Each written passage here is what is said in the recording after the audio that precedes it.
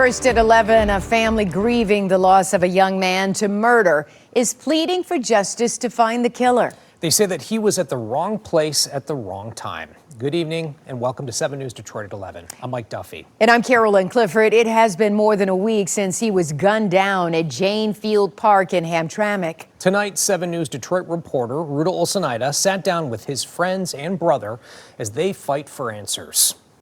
Family of Abdul Ahad tells me he was a mediator and knew everyone in this community. That's why he was apparently asked by a friend to come here to Jayne Park to help settle a simple dispute over a fender bender. Very minor car accident, whatever it may be, and it wasn't even that day. It was a couple weeks back, and it wasn't even his accident. He had just went to go talk to them and to settle the dispute.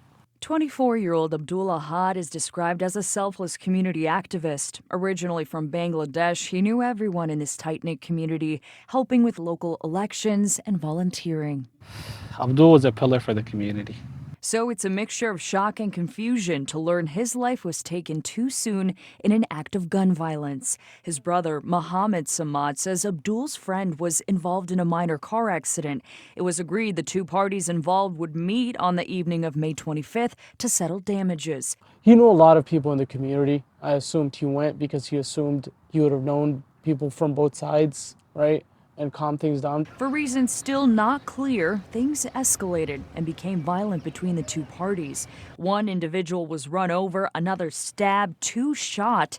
Abdul lost his life that night. Once word spread, his friends and family were still hoping for the best. I didn't want to believe it, so we spent the next hour going around all of the hospitals, checking.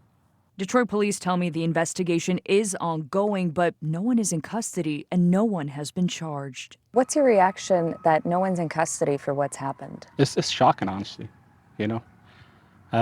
With all the respect to Detroit Police Department, they got to do better. His funeral the very next day brought in hundreds of people, a sign of the kind of man that he was. So in our religion, we believe that the more people that attend the funeral, that's a sign that the person was a righteous person.